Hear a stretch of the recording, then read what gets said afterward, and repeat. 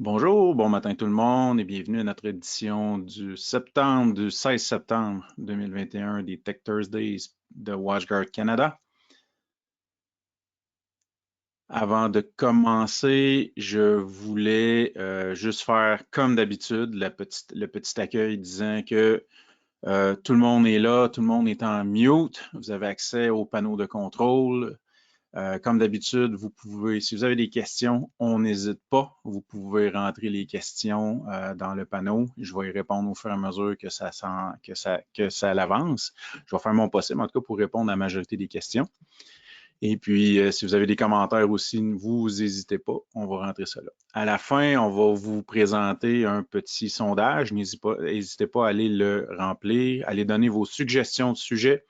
Comme d'habitude, j'insiste sur le fait qu'on attend vos suggestions, puis on aime recevoir vos suggestions, puis on va faire ce que vous demandez. Aujourd'hui, on va parler de la haute disponibilité, le high availability sur les WatchGuard Firebox. Oups, j'ai sauté trop vite. Avant d'aller plus loin, pour les nouveaux, la majorité d'entre vous autres me connaissez, vous êtes les habitués, je vois apparaître les noms dans la liste des gens, puis c'est des gens qu'on a l'habitude de voir. Pour ceux qui ne me connaissent pas, mon nom est Patrice Desaulniers, je suis le Sales Engineer, un des deux Sales Engineers pour le Canada pour WatchGuard. Mon collègue Weil qui couvre, on couvre les deux le Canada, mon collègue Weil qui couvre la portion anglaise un peu plus, située à Toronto. Moi, je suis avec WatchGuard depuis 2019 et je suis basé à Shawinigan. Ce que j'aime dire, c'est de là mon petit accent de fermier. Aujourd'hui, ce que nous avons à l'agenda, comme je disais, on parle de la haute disponibilité. Pour Michael, il demande est-ce que je devrais entendre du son? Oui. J'espère que tout le monde m'entend. Ça arrive souvent qu'on a quelqu'un qui n'entend pas. Si quelqu'un peut juste me faire oui, OK, parfait. Jonathan entend. Fait que oui, il y a du son. Parfait, merci tout le monde. Fait que je vais juste passer à travers l'agenda. On va voir c'est quoi un Fire Cluster. La majorité d'entre vous autres le savent déjà, mais on va quand même en revenir c'est quoi. On va parler un petit peu des différences entre le actif-passif et le actif-actif, qui sont les deux modes qu'on utilise. Quels modèles sont supportés? C'est plus une liste de qu'est-ce que finalement n'est pas supporté. Parce qu'aujourd'hui, jadis, quand on disait ça, on avait certaines restrictions. Aujourd'hui, il ne reste plus grand-chose. On peut le faire avec pas mal tout. On va comment configurer. Les trois dernières portions, on va être dans du hands-on, on va être dans la configuration. On va aller voir comment. Qu'est-ce qu'on peut faire pour surveiller, contrôler, lancer des commandes. Puis on va aller voir qu'est-ce qu'on peut faire aujourd'hui dans WatchGuard Cloud. C'est sûr que c'est des choses qui vont changer, étant donné que nos fonctionnalités dans WatchGuard Cloud sont en pleine évolution. C'est quelque chose qui bouge beaucoup. Donc, aujourd'hui, un Fire Cluster, c'est quoi? À la base, c'est une paire de Firebox. Ça nous en prend deux. On va devoir les configurer et un coup qui s'est configuré, ces deux appareils-là vont se synchroniser. Un, pour fournir de la redondance sur le réseau, avoir une haute disponibilité live, en attente et sans intervention manuelle. Donc, c'est pas juste, je sais qu'on avait regardé, tantôt on discutait, Weil et moi, puis on parlait de recouvrement de désastre, de disaster recovery. Puis, il faut quand même garder une version de nos configurations hors site pour être capable de récupérer dans le cas où on aurait une explosion, une perte totale de nos équipements, parce que si les deux sont dans le même site puis qu'il y a un incendie, ben on va perdre nos équipements. Il faut être capable de se relever vite. Mais dans le cas où ce qu'on veut avoir de la redondance là, de façon automatique, ça va nous aider. La redondance, on va l'avoir dans les deux types de configuration, le actif-passif et le actif-actif. On va être capable, dans le cas d'une configuration active-active, aller en anglais, ils vont nous parler de scalability, être capable d'aller chercher et d'augmenter les ressources, les performances des ressources au niveau des appareils. Dans le cas d'un actif-actif, on va le voir tantôt, les deux appareils sont vivants. Donc, la charge, elle est partagée entre les deux appareils. Pour ceux qui disent, je vais quand même prendre un appareil moins gros, étant donné que j'en ai deux, je suis capable de faire 2 fois plus de clients. On sait que nos équipements, on va souvent parler de nombre d'utilisateurs recommandés. Exemple, sur un T20, on va quand même avoir un 20 usagers de recommandés là. Non, ben plus T20, c'est plus 5. Mais mettons qu'on irait dire, on en mettrait 2 pour avoir 10 usagers. Il faut quand même s'assurer que la journée qu'on va en perdre un, il faut que l'appareil soit capable de supporter l'ensemble du trafic. Mettons, on y va dans un plus gros modèle avec un 150 usagers supportés sur nos M370.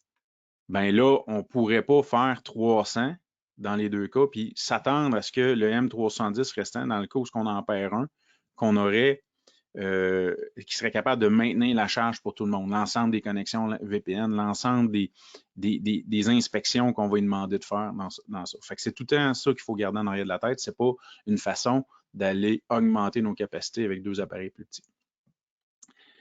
On va parler un petit peu de terminologie. Et là, c'est les 2 pires slides qui ont beaucoup de texte, mais je vais le résumer assez rapidement. Pour commencer, dans un cluster, on va avoir un cluster master.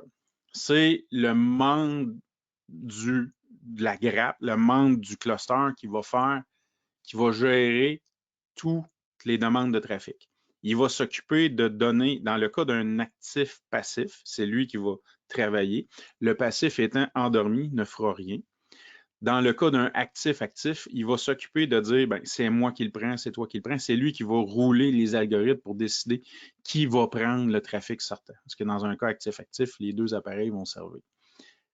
Toutes les demandes de gestion, on va le voir, les connexions de configuration avec System Manager ou le Web UI, les requêtes d'HTTP, les requêtes ARP sur le réseau, tout ce qui est routage, toutes les connexions IPsec pour ce qui est du IKE, c'est tout redirigé vers le master. Quand on va enregistrer, on va enregistrer dans le master, puis lui, il va s'occuper d'envoyer la copie de configuration qu'on va faire à son ami, le backup, qui vient d'apparaître. Lui, le backup, dans les différents scénarios, il va être en attente ou il va travailler de concert dans un cas actif-actif avec le master. Il va synchroniser toutes les informations de connexion. Dans le cas où on ne voit plus, tantôt on va voir une slide qui va dire qu'est-ce qui peut provoquer un failover. Dans le cas où il va y avoir un failover, lui, il va s'accaparer le rôle de master, va remonter, si on regarde ici dans le haut, va devenir le master, fait qu'il va prendre toutes les fonctionnalités de gestion, puis il va commencer à travailler dans cette direction-là. Le backup peut être soit actif ou passif. C'est ce qu'on va voir dans l'autre. Un membre actif, c'est n'importe quel membre du cluster qui va passer du trafic. Donc, sans le répéter, actif, passif, on en a un qui passe tout le trafic, l'autre est dormant. Actif, actif, il va y avoir une balance de charge qui va être faite selon l'algorithme qu'on va avoir choisi. Le membre passif, il dort. C'est souvent dans le cas d'un système actif-passif, on va l'appeler le backup master. C'est lui qui va rester là, il tombe en attente, puis il va faire le job. Donc, on a notre master, notre backup dans le cas de la gestion du cluster, et on a les membres actifs qui passent du trafic et les membres passifs qui sont en dormance. Donc, c'est un petit peu les différences qu'on va avoir à faire ici. La différence, les principales différences entre les modes actif-passif et actif-actif.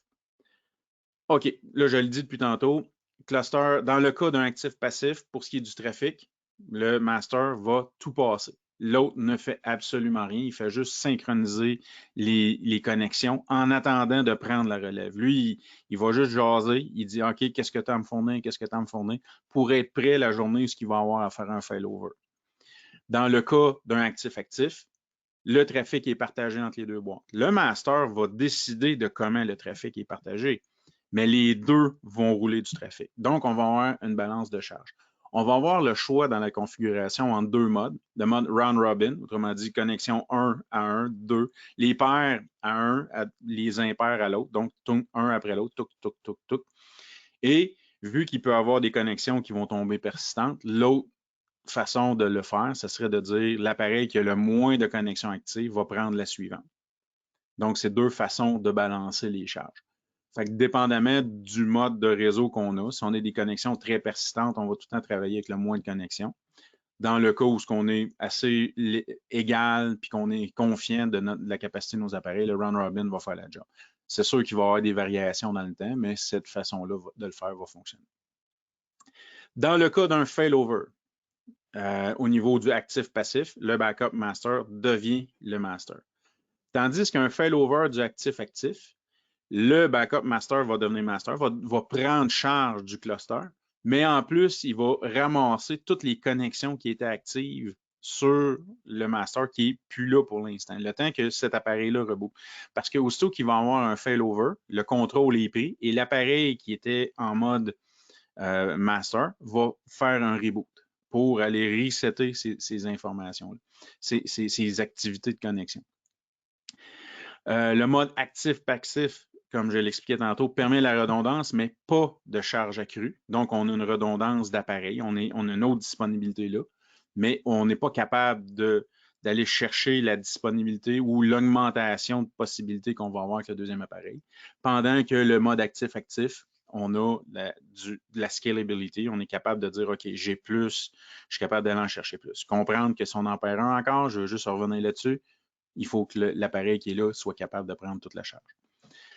Les licences. Et là, ça, c'est la place où on n'est jamais sûr. Dans le cas d'un actif-passif, on a besoin juste d'un appareil avec les services de sécurité. Et là, je n'ose pas utiliser le mot suite de sécurité parce qu'on a des services à la carte. Ça peut être un. Mais on a besoin d'avoir seulement qu'une des deux feature keys, un des deux appareils qui a la licence. Par contre, dans le cas d'un actif-actif, parce que les deux sont vivants, les deux sont en mode actif, les deux traitent du trafic et les deux inspectent du trafic, les pleines capacités doivent être présentes sur les deux. Ça prend absolument les deux complètement licenciés. Donc, dans le cas d'un actif-actif, c'est la solution la plus populaire, la plus facile, parce que dans ce cas-là, on a une grosse économie où est-ce qu'on ne va pas chercher la licence complète au niveau de l'appareil qui est le deuxième. Là, je ne parlerai pas de master parce que les deux vont le devenir, mais notre second appareil, membre de notre cluster, a juste besoin d'avoir le support. Ça, je vais l'avoir dans les conditions tantôt et on va en parler. Donc, qu'est-ce qu'on a besoin pour être capable de former un cluster? Qu'est-ce qu'on a besoin? Minimum, le même modèle de Firebox. Si on a un M270, ça nous prend un deuxième M270. On ne peut pas dire, j'ai déjà un M200, j'ai un nouveau M270, est-ce que je peux faire un cluster? Ça prend absolument le même modèle. Donc, même numéro, même série, on va y aller comme ça. Le nom et le type d'interface doivent être le même. Et là, on va le voir là, parce que dans le cas des Firebox qui ont les modules optionnels, aujourd'hui, c'est dans les séries 4, 5, 6, 70 et le T80 qui a aussi des modules optionnels dedans. Donc, les deux appareils doivent absolument avoir les mêmes modules. Et là, j'ai mis une petite ligne parce que si on n'en a pas parlé encore ou si on ne le sait pas, on a la nouvelle série qui s'en vient bientôt. Et là, on va avoir des modules optionnels à partir du 290, du M390. Vous allez noter qu'il n'y a pas de M490, mais il y a un 5 et un 690. Fait que tous ces modèles-là ont des modules optionnels. Donc, ça prend absolument la même configuration d'interface dans les deux. Dans le cas où on a plusieurs modules optionnels possibles, le 4008 puis le 5008, il faut qu'ils soient absolument à la même place. Donc, il faut que l'interface 1, si on a mis une interface 10 gigs dans le terme anglais, la slot 1, il faut que les deux, le module 10 gigs soit dans la slot 1. Il faut travailler exactement pareil dans les deux cas. La raison, c'est qu'on veut avoir, la configuration va être répliquée d'un à l'autre. Donc, on va avoir un miroir d'un appareil et de l'autre. Il faut que ça soit la même version de FireWire pour la formation du cluster. Fait qu'on veut avoir la même affaire. Donc, les appareils, quand on va les joindre ensemble, il faut s'assurer. Généralement, on a des appareils neufs. On se rappelle quand on les sort, sur le côté de la boîte, on a déjà la version du firmware qui sort de l'usine. Si on a fait des mises à jour, il faut s'assurer que nos deux appareils aient été mis à jour à la même version avant d'essayer de les joindre ensemble. Et ça nous prend une souscription de support active minimum sur les deux appareils. Donc, un Live Security, 1 an, 3 ans, mais actif sur les deux appareils. On ne peut pas avoir un appareil avec, exemple, Basic Security Suite, puis l'autre appareil qu'on n'a jamais rien pris dessus. Il faut, pour que les mises à jour fonctionnent bien dans le futur, parce qu'ils vont fonctionner avec cette licence-là pour faire les mises à jour. Mais deux, ça fait partie de la suite des services disponibles avec la souscription de support active. Donc, ça la prend minimum sur les deux. Quels appareils sont supportés? Bon, ben c'est assez simple. Aujourd'hui, avec la série de Firebox, on est capable de faire un FireCluster avec tous les appareils Firebox ou les XTM, sauf les vieux T10 et les T15. Si on parle du T20 aujourd'hui, on serait capable de faire un FireCluster avec un T20. Donc, pour les gens qui ont une petite configuration, mais qui ont besoin de haute disponibilité, on est capable de le faire avec ça. Les Firebox virtuels et les XTMV vont prendre en charge le FireCluster actif-passif, pas de actif-actif à ce niveau-là, mais dans un environnement VMware ESXi. La raison pourquoi que FireCluster n'est pas pris en charge pour Hyper-V, c'est à cause de la façon que Hyper-V fonctionne et que l'échange de paquets au niveau de l'interface FireCluster en arrière, parce qu'on va avoir une interface en attente, une interface spécialisée qui va nous dire, qui va servir à la communication entre les deux. Hyper-V ne permet pas ce genre d'interface-là. Donc, c'est là qu'on est un petit peu bloqué. Puis, on va avoir nos Firebox Cloud, Azure et AWS, qui, eux, ne supporteront pas FireCluster. On a des solutions. Il y a une façon de faire. Si vous allez voir, il y a la documentation. S'il y en a qui se disent, ah, j'ai Azure, j'aimerais ça avoir une redondance de Firebox Cloud, il y a moyen de faire de quoi en allant utiliser les services de load balancing de Azure lui-même. Puis on a le guide de configuration pour ça, pour ceux qui sont intéressés. Par contre, on ne sera pas capable de les mettre les deux branchés en mode FireCluster qui vont faire la relève d'un et l'autre. Fait qu'il y a quand même quelque chose à faire, mais ça ne sera pas un FireCluster à ce niveau-là.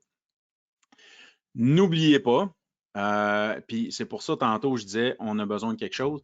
Si vous faites une configuration qui a des SKU de haute disponibilité, on n'est pas obligé d'aller chercher deux appareils avec une suite totale dessus. On n'est pas obligé d'aller chercher. Il y a le SKU High Availability. Et la raison pourquoi j'en parle, c'est que, sans l'avoir écrit là, le coût d'une unité High Availability est terriblement moindre qu'un appareil normal. Donc, on va juste chercher notre matériel.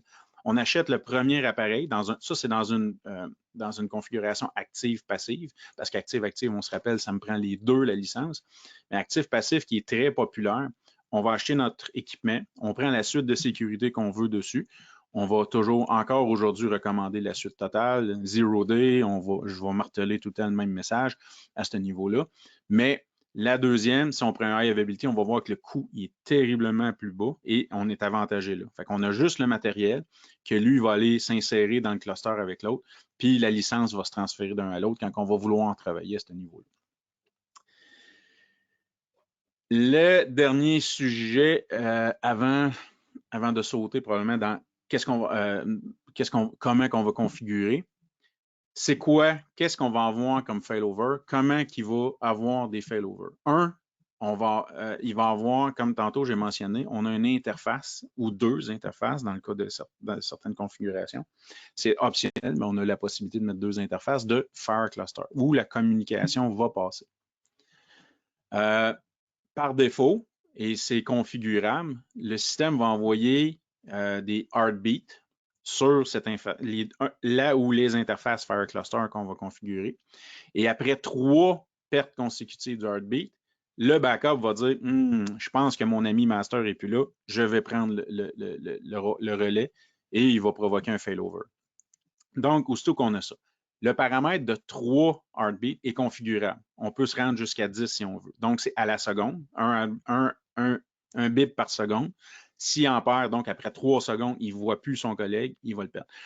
Ça va arriver, quand il se passe quelque chose, quand l'appareil va crasher complètement, perte de courant, mais dans des scénarios où est-ce que vous auriez une redondance hors site, ce qui peut se faire, et qu'il y a un équipement, parce que là, on peut avoir un branchement direct sur l'interface FireCluster. Il y en a qui peuvent faire quelques tweakings, passer par des VLAN, c'est un réseau Layer 2, et qu'on perdrait le réseau entre les deux, une switch, fibre optique, peu importe le moyen de communication, bien là, il va provoquer un failover si lui ne voit plus le master, même si à l'autre bout, le master est encore vivant.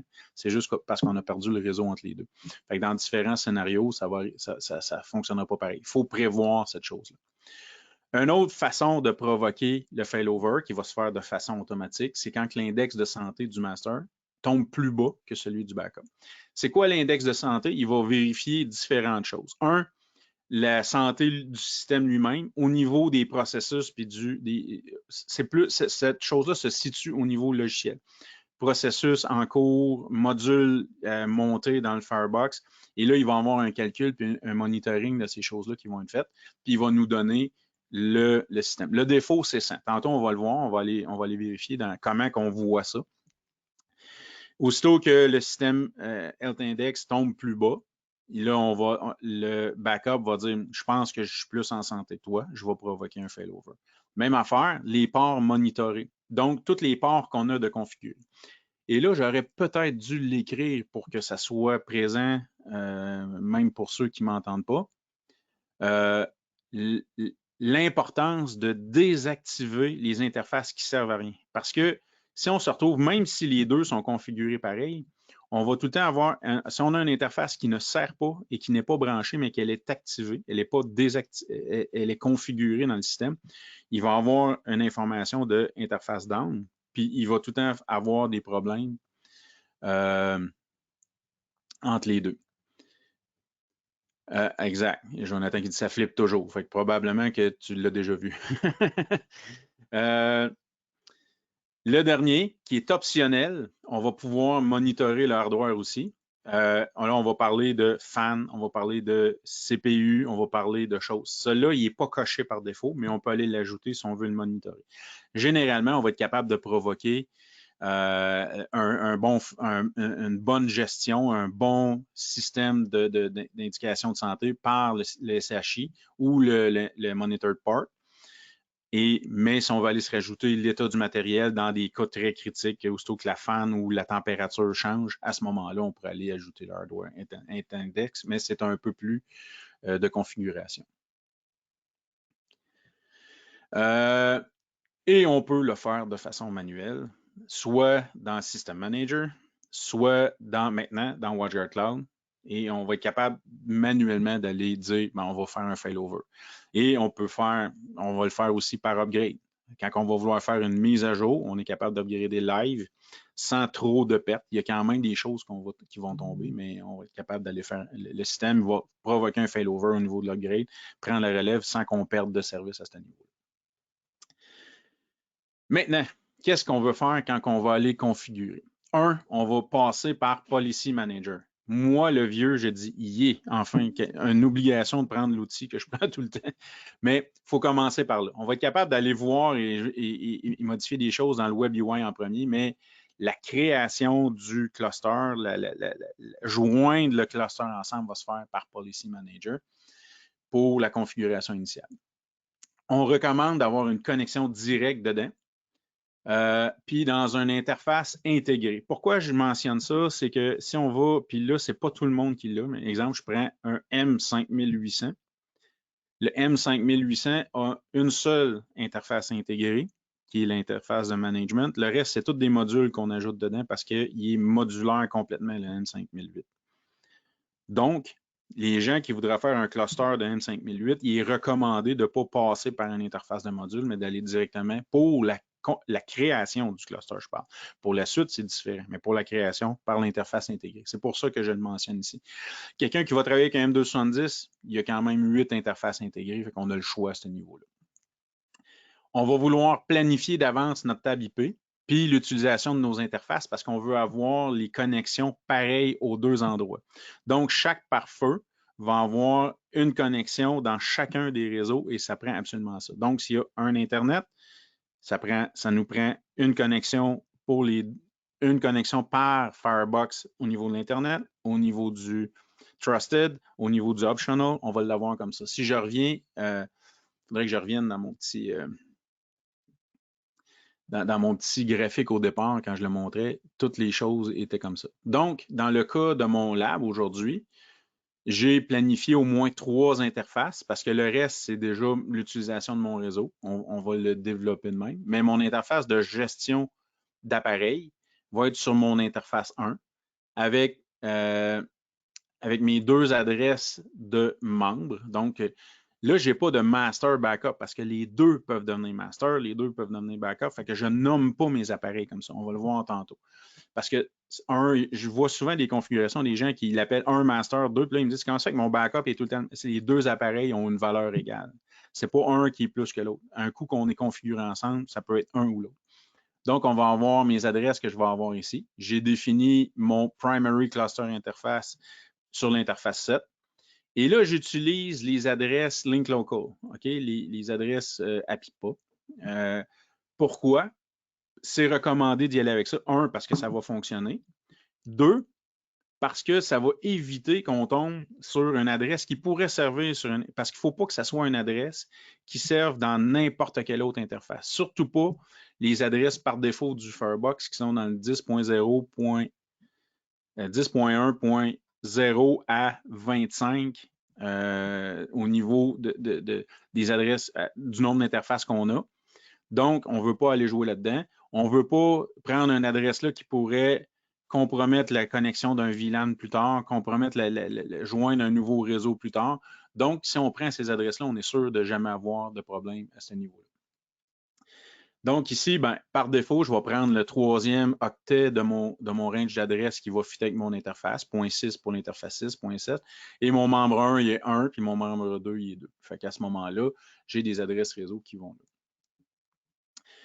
là. Avoir nos feature keys des deux appareils, même si on a un appareil HA, un SKU HA, on va avoir un feature key qui n'aura aucun service dedans, mais au moins le support va être activé. Et on va avoir notre feature key avec tous nos services. On peut avoir un cluster sans aucun service. L'important, c'est d'avoir encore là au moins un live security. Fait que ça nous prend le feature key des deux boîtes. Et on va falloir définir le cluster ID. C'est quoi le cluster ID? C'est un identifiant unique du cluster. Dans un cas d'actif-passif, ça va servir à générer les adresses MAC virtuelles, les VMAC, pour les interfaces des appareils. Donc, c'est ces VMAC-là qui vont répondre à tout le hard, qui vont servir à la connectivité dans chacune des interfaces. On va voir que le défaut est 50. On peut le laisser à 50 si on voit que son n'est qu'un cluster, c'est la seule unité redondante qu'on a dans le réseau, puis qu'on n'aura pas d'autres sur le même réseau layer 2, couche 2. On n'aura pas d'autres Fire Cluster ou on n'a pas d'équipement qui utilise du VRRP ou du HSRP, qui sont deux protocoles standardisés de redondance, ou le HSRP qui est du Hot Standby. Fait que ces protocoles-là vont utiliser les mêmes mécaniques. Fait qu'il faut s'entendre avec le restant du réseau. Si, exemple, on a souvent dans des gros réseaux, exemple, commission scolaire, ben, on va avoir deux routeurs qui vont travailler ensemble en HSRP. Ben, il va y avoir du protocole HSRP qui va. Fait qu'il faut savoir les numéros d'ID de ceux-là et s'adapter à ça quand on va l'avoir. C'est dans des gros réseaux. Fait qu'on va les voir à ce niveau-là.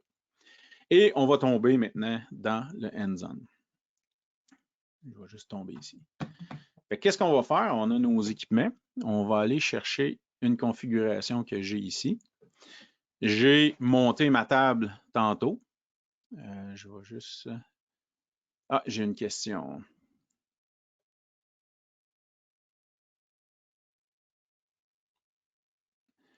C'est ça. Si un failover, OK, la question est quand même assez bonne. Si un failover qui est provoqué par le backup sur le site B, parce qu'il y a un lien réseau, étant donné qu'on est hors site, il y a un lien réseau qui a empêché le heartbeat de passer. Comment le cluster, comment le master va réagir. Si on n'a vraiment plus aucune communication entre les deux vont continuer les deux vont tomber master, mais chacun dans l'environnement parce qu'ils vont être complètement isolés. Donc, on va avoir un appareil. Par contre, si on a un lien réseau local, que ce soit sur peu importe les interfaces, ils vont se voir. Et là, ils vont être capables de recommencer à se parler par là pour être capables de se coordonner les deux puis travailler ensemble. Mais si on tombe isolé complètement, ben, il y a le master A qui était là en premier, il va répondre à toute sa gang qui est capable de répondre. Le master B qui va être promu va commencer à répondre à sa gang. Les deux ne se voient absolument plus. À ce moment-là, les deux, aussitôt que la communication va revenir, il va y avoir une resynchronisation des masters, le backup va tomber. Mais s'ils ne se voient plus, les deux vont penser qu'ils sont masters. Par contre, peu importe les interfaces, je répète, s'ils se voient via un layer 2 à quelque part, ils vont être capables de se synchroniser et d'agir en fonction de ça. Et là, dépendamment on revient à notre index de santé de tantôt, vu qu'il y en a un, il manque une interface entre les deux, mais est-ce qu'il y en a un qui a eu un problème ailleurs? Est-ce qu'il y a une autre interface à déconnecter? Il y en a un des deux qui va tomber avec une interface de santé plus haut. Et à ce moment-là, c'est lui qui va se dire hey, reboot, là, puis moi, je vais m'occuper de devenir le master. Fait que c'est un petit peu la façon que ça va réagir. Ça, c'est dans le cas d'un actif-passif. Donc, j'ai une configuration ici. J'ai déjà mes clés ici. J'ai déjà je suis allé chercher mes feature keys pour travailler avec. Et j'ai déjà une configuration dans celui-là, mais ça pourrait être une installation flambant neuve. La mécanique va être la même. On va commencer par parler avec notre master. Donc, on va aller s'installer, notre master, notre utilisation complète. Donnez-moi 2 secondes. J'avais besoin d'une petite gorgée d'eau. On va pouvoir aller y parler. Donc, dans le menu ici, comme tantôt je l'indiquais, on va vouloir passer par le Policy Manager. Dans le menu Fire Cluster, on peut aller faire une configuration manuelle et où on a un magnifique wizard ou un aide à la configuration. C'est par là que je vais passer pour l'instant. J'espère qu'on voit bien. Dans le cas que j'ai ici, puis on pourra le faire après, une des conditions pour laquelle on veut aller dans du actif-actif, c'est que l'interface externe, ou peu importe les interfaces, ne doit pas être en PPPoE ou en DHCP. Dans mon cas, actuellement ici, j'ai une interface externe en PPPoE.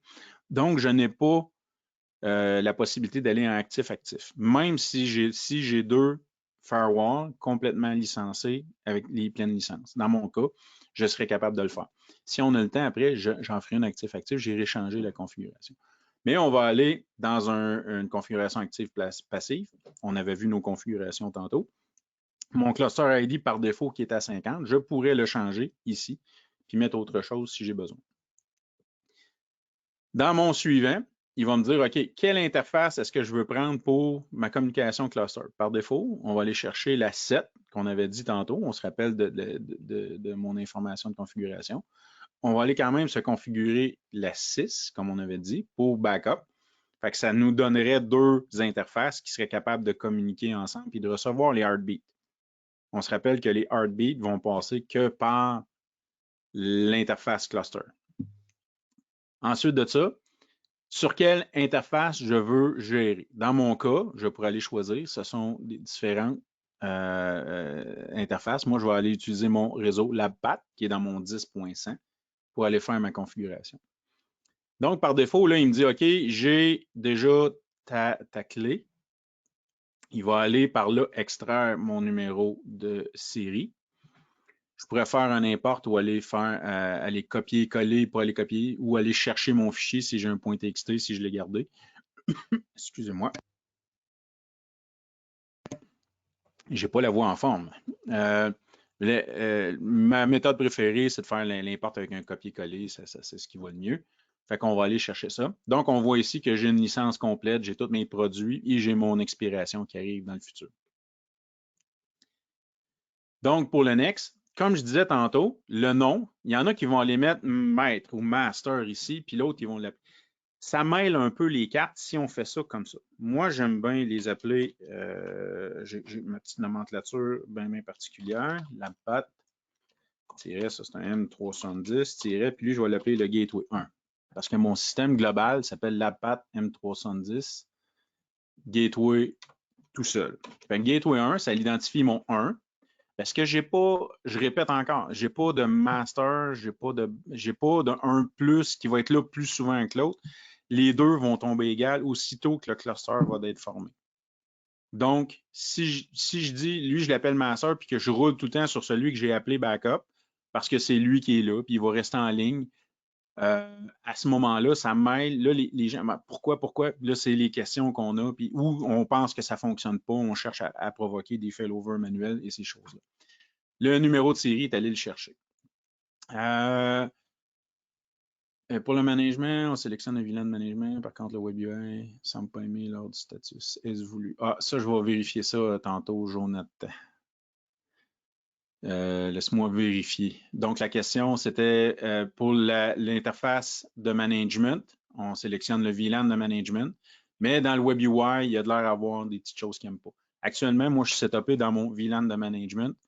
Puis je pense que dans mon WebUI, j'ai pas. On va aller voir. Juste pour faire avancer les choses. Donc, ici, mes clusters, on a mes deux, mon backup, mon primary, et on n'oublie pas que je suis en train de travailler sur mon unité 1. Donc, tantôt, on avait dit, oups, 169.254.7.1/24 dans le cas de mon premier. 169.254.7.6.1/24 dans le cas du backup interface. On avait 10.5.0.2 2/24. Donc ici, c'est dans le même range réseau que mon adresse de management. Fait que je vais avoir de définir .1 comme mon adresse de management. Ça peut être... ah oui, parfait, merci. Il y en a qui suivent. Merci Guy. Et Bruno aussi. Il y en a deux, 169. Parfait. Ici, on va être dans le même réseau de management que mon réseau de management. Et là, dépendamment de votre façon de travailler, .1, dans mon cas, moi, je choisis tout le temps de 1 à 9 pour mon core network. Donc, je vais rester dans cette gamme-là. Donc, mon .1, c'est ma passerelle par défaut. Il y en a qui aiment mettre 254 comme passerelle par défaut. On peut jouer. Fait que dépendamment de vos préférences de configuration réseau, on va jouer avec ça. Mais ici, ce n'est pas l'adresse de gestion globale des deux. C'est une adresse unique à cet équipement-là. Donc, est-ce que je veux ajouter un autre membre? Oui. Fait que là, j'ai mon deuxième numéro de série. Même chose, j'ai déjà préparé mon importation. Je vois mon autre numéro de série d'appareil. Dans la majorité des cas, ça va être mon HA, mon SKU d'HA. J'ai ma feature key que j'ai collée ici. Même affaire. Là, on va l'appeler lab pat-m370. Lui, il s'appelle Gateway 2. J'ai de la logique et j'ai de la suite dans les idées. Même chose. Donc, on s'en va ici, 169.254.7.2/24. Et on avait dit 169.254.6.2 parce que c'est mon unité, mon membre 2/24. Et ici, on avait décidé que c'était 10.100.0.3/24 dans le cas de mon interface locale de gestion. Veut pas, le membre actif, dans le cas d'un actif passif, va répondre à l'adresse .1. C'est lui qui va dire « Ah, .1, c'est moi ». Donc, mais ça, c'est si je veux leur parler ensemble, il faut qu'ils soient capables de s'identifier un et l'autre. Encore là, on est dans le même VLAN. Et là, j'ai un petit wrap-up de ce que j'ai à faire qui me dirait « J'ai terminé, finish » et voilà. Et là, ça m'amène à l'interface de configuration. Donc, j'avais fait Fire Cluster Configure, c'est ici que je serais tombé. Donc, je vois mes informations, mon cluster ID, comment il est configuré, mes deux membres avec chacun leur licence, les dates d'expiration, mes services. Donc, j'ai besoin de un minimum avec les services que j'ai besoin et l'autre avec support seulement. Ça va fonctionner. Et la licence et toutes les licences de service vont se transférer, peu importe ça va être quoi. Dans l'onglet avancé, tantôt, j'ai dit qu'on pouvait aller configurer le heartbeat. Fait que de 3 à 10, minimum 3, maximum 10, on serait capable d'aller changer ça ici. Et on pourrait aller cocher le Monitor Hardware Status, qui était optionnel tantôt quand j'ai dit on monitor le SHI, on monitor les interfaces et on pourrait aller monitorer le statut matériel.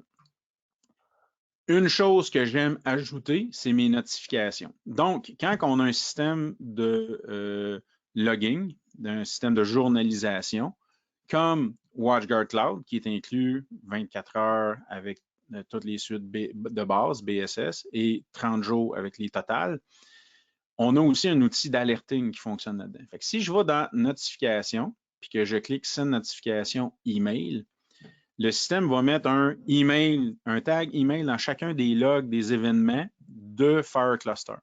Ce que ça va faire quand je suis configuré dans mon WatchGuard Cloud ou dans mon Dimension, parce que Dimension peut aussi servir de système d'alerte, il va voir qu'il y a une demande de notification email pour un événement de FireCluster, puis il va envoyer une alerte de la façon que c'est configuré.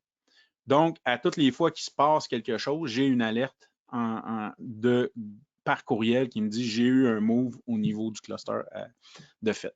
Donc, il n'est pas là par défaut, mais j'aime activer cette chose-là et je recommande, si vous avez un système de journalisation, de le faire. Allez configurer l'alerting à ce niveau-là aussi. Donc, ça fait partie un petit peu de ce que je vois là. On va être capable, suite à ça, d'aller sauver ma configuration. Et là, un coup que la configuration est avant, on va avoir branché, si nos deux appareils sont en factory, dans mon cas, il ne l'était pas. Si mes deux appareils sont en factory, on va pouvoir aller faire le branchement de l'interface, d'au moins une des deux interfaces cluster, pour que notre principal, à qui on va sauvegarder, dans lequel on va sauvegarder notre configuration, puisse découvrir son ami, son collègue, là, je ne dirais pas son backup, mais son deuxième membre du cluster et le joindre avec lui. Fait qu'on va au moins connecter cette interface-là pour faire la formation du cluster un coup que la configuration est envoyée. Puis un coup que la formation est faite, on va être capable de le monitorer par notre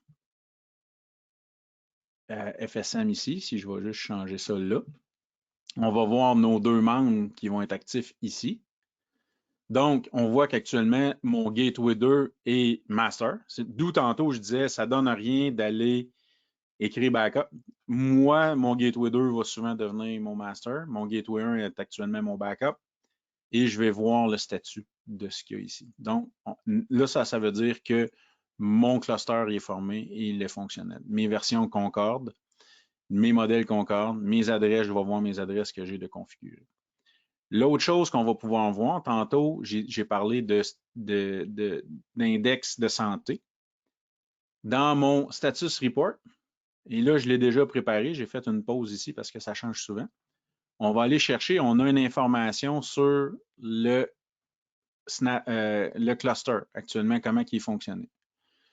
Fait qu'on a cluster enablé en mode actif-passif dans mon cas. J'ai deux membres et on a l'information de tout ça. Je ne passerai pas à travers tout, mais on va aller quand même chercher mes informations sur mes index de santé. Comme je disais, par défaut, on est à 100 partout. Et là, chaque membre va rapporter son index de santé. Par ici, on va être capable de les monitorer. Il y a une bonne quantité de logs. Là. Si je descends, il y en a en masse pour chacun des membres avec les logs, qu'est-ce qui s'est passé dernièrement.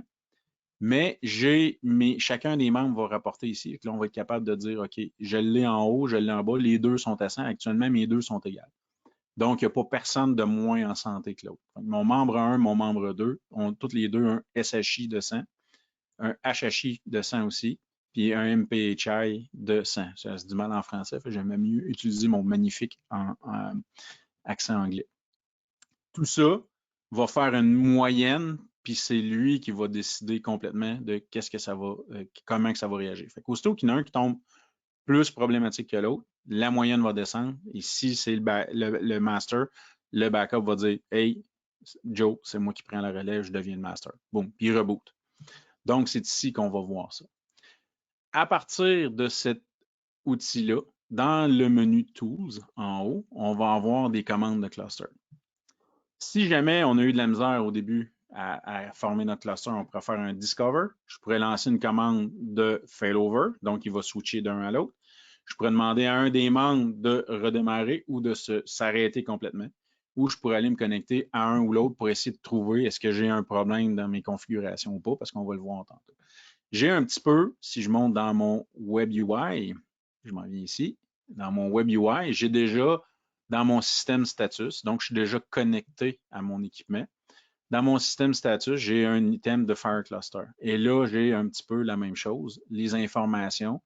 J'ai mes index de santé. Fait que pour les gens qui veulent l'avoir plus convivial que dans le FSM tantôt, on l'a ici, nos informations. Comment qu'on a eu comment que chacun actuellement a de connexion, parce qu'il va tout avoir une synchronisation des connexions entre les deux. On va être capable de voir ça. Et comment il est fonctionnel. Donc, c'est un petit peu la façon que ça fonctionne. Ce que nous avons de nouveau, c'est que, en fait, la connectivité d'un cluster dans WatchGuard Cloud, si je saute dans WatchGuard Cloud, à date, il n'y a pas trop de questions, fait que vous ne vous gênez pas en passant pour les questions. OK. Toi, tu dis qu'il dit Management Interface Down, fait qu'il doit avoir un problème soit dans la version, parce que moi, les deux, on les voit up, puis j'utilise un VLAN. Moi, je suis en VLAN uniquement, puis c'est le VLAN LabPath. Fait que ça serait de voir qu'est-ce qui se passe. On voudrait aller dans les logs. Jonathan. Jonathan nous dit que, parce que tantôt, il avait posé la question au niveau du management VLAN, au niveau du management interface, quand il utilisait un VLAN, il y avait un problème. Ça serait de aller voir dans les logs puis ouvrir un cas de support là, dans ce cas-là. Bon, je reviens là. Donc, on voit un petit peu qu'est-ce qui se passe à ce niveau-là. Si je m'en viens dans mon WatchGuard Cloud, actuellement, il est déjà joint. Mais je vais juste passer à travers la petite procédure pour montrer, parce que je ne voulais pas le sortir ce matin, parce que lui, c'est mon principal. Et puis, c'est celui qui me permet de vous parler. Et oui, j'ai un cluster de M370 à la maison et je fais tout souvent la farce que mon fils, il fait tellement de Xbox et de YouTube, puis ma fille, il fait tellement de TikTok que j'ai besoin de ce genre d'équipement-là pour gérer le trafic Internet. Mais pour aller faire, on va aller dans notre environnement, comme d'habitude. Là, je suis en mode Service Provider. Fait qu'on se rappelle qu'on a déjà vu dans d'autres webinaires l'interface ici de gestion multi-client qu'on a. Un client seulement ne verrait que son environnement à lui. Donc, je serais capable d'aller faire ici, ajouter un device. La différence, c'est que si on avait des équipements neufs ici, on aurait le petit plus, puis on verrait qu'on a deux appareils parce que ça va être deux numéros de série différents qui vont être assignés dans le compte. Donc, on aurait deux appareils. Ce qu'on va vouloir faire, on a un bouton spécial pour aller ajouter un Fire Cluster, pour aller ajouter les membres, puis pour que WatchGuard Cloud les voit pour aller les ajouter puis les joindre ensemble comme un cluster. Donc, on va passer par cette procédure-là. Vous allez m'excuser, j'ai comme hésité un peu parce que j'ai vu rentrer une question à laquelle je vais répondre dans pas long. Et là, on aurait nos deux membres. Dans le cas que j'ai ici, c'est déjà rentré. Donc, j'aurais membre 1, membre 2 et je l'ajouterai, ce qui va nous donner comme résultat que je vais avoir un M310 avec deux éléments dedans. Donc, je vais avoir mon LabPath Gateway 1, mon LabPath Gateway 2, mes M370. Donc, la configuration que j'ai faite tantôt. On va voir mes numéros de série, mes uptime. Et là, lui, parce qu'il va tout le temps me donner un non connecté, c'est normal, il est en dormance. Il ne fait aucune connectivité à l'extérieur. Donc, il n'est pas capable de dire à WatchGuard Cloud que je suis là. Donc, c'est la vue normale qu'on va avoir ici. Mon deuxième, qui est mon master, actuellement live dans un cas actif-actif. Si on serait actif-passif, si on était en actif-actif, les deux seraient connectés ici. Les deux seraient en mesure de passer du trafic. Steve demande la question, est-ce qu'on doit avoir des adresses IP par WatchGuard sur chaque subnet sous le Fire Cluster? La réponse est non. On doit avoir des adresses IP différentes dans trois circonstances de ce qu'on vient de voir. C'est, excuse-moi, dans le cas de l'interface de gestion. Donc, pour l'interface de gestion seulement, on va avoir une adresse globale pour les deux et chacun des deux appareils doit avoir sa propre. Donc, si je retourne dans ma configuration ici, on va aller voir mes membres et on va voir que j'ai le management IP address qui est dans un réseau et j'ai besoin d'une adresse différente pour les deux clusters et backup cluster interface. Ce sont les trois seuls cas dans lesquels je dois avoir une interface séparée.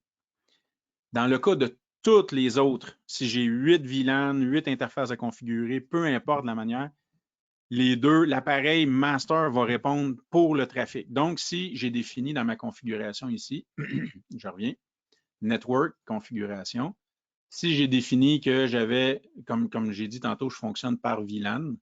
Donc, dans chacun de mes VLAN, j'ai une adresse X, Y et Z, .1, .5, .1, .20, .1. L'appareil actif va répondre aux demandes pour ces adresses-là. Si j'ai un failover, le nouvel appareil actif va prendre en charge les connexions pour cette adresse-là. Donc, j'ai besoin d'une seule configuration pour l'ensemble de mes interfaces qu'on va appeler les interfaces de trafic et non pas les interfaces de gestion. Donc, tout ça ici, ce sont mes interfaces de trafic et besoin d'une seule adresse IP. Super. Je reviens dans mon WatchGuard Cloud.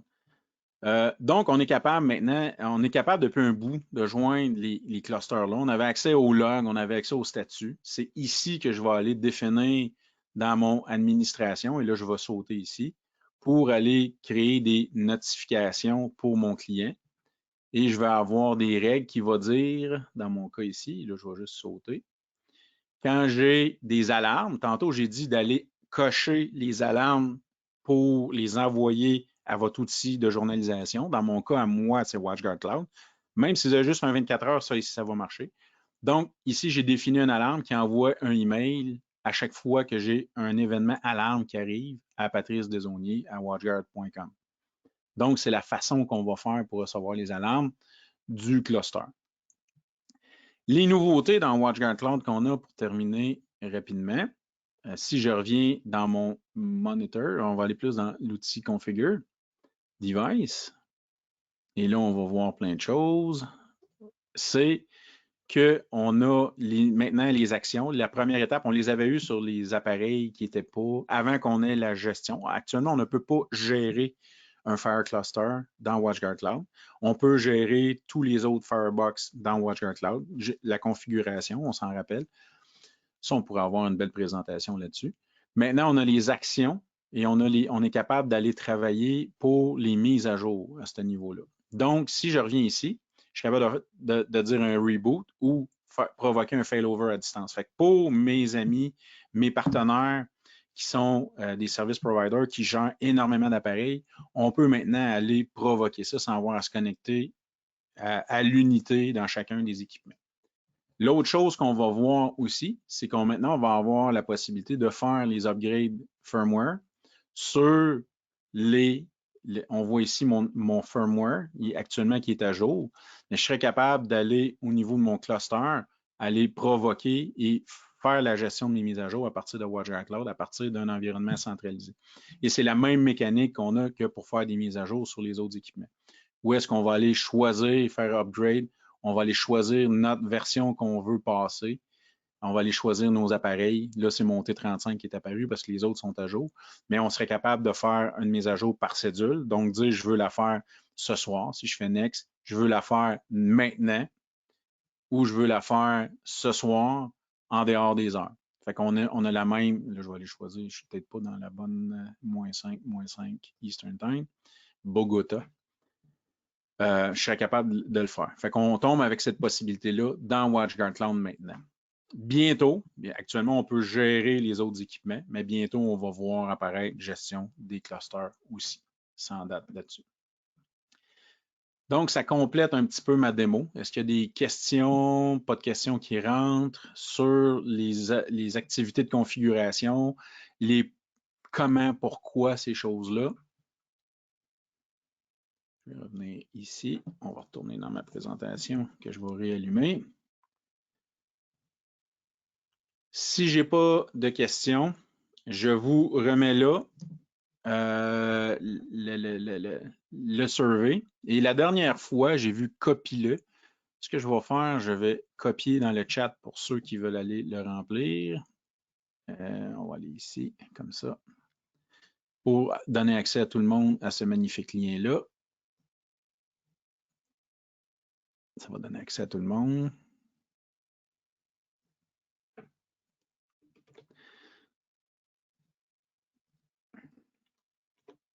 Yeah. Fait que dans le chat, vous devriez avoir le lien là. J'aimerais aussi vous coller ici, je vais vous coller le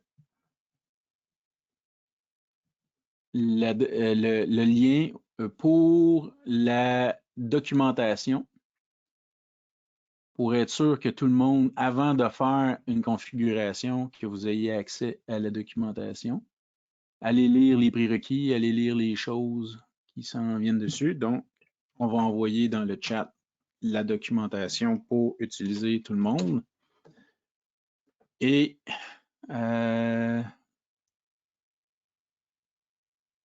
OK, s'il n'y a rien de branché dans ETH1, ouais, ça serait peut-être normal. Il faudrait voir à ce moment-là. On va se reparler, Jonathan. De toute façon, on se voit bientôt. On regardera ça où on peut se parler en dehors, hein, puis on va regarder un petit peu qu'est-ce qui se passe. Donc, je vous ai collé ça. Vous avez les deux liens, le lien pour le survey. Vous n'hésitez pas à y aller. Et vous avez la documentation qui est toujours importante avec toutes les ressources, les comment faire. Vous avez même un petit vidéo en anglais de sur quoi faire. Donc, ça complète notre présentation d'aujourd'hui. Je vous remercie pour votre temps, que je sais qu'il est précieux, que tout le monde se court ces temps-ci. L'été est fini, les vacances sont prises. J'espère que tout le monde a eu des belles vacances en passant.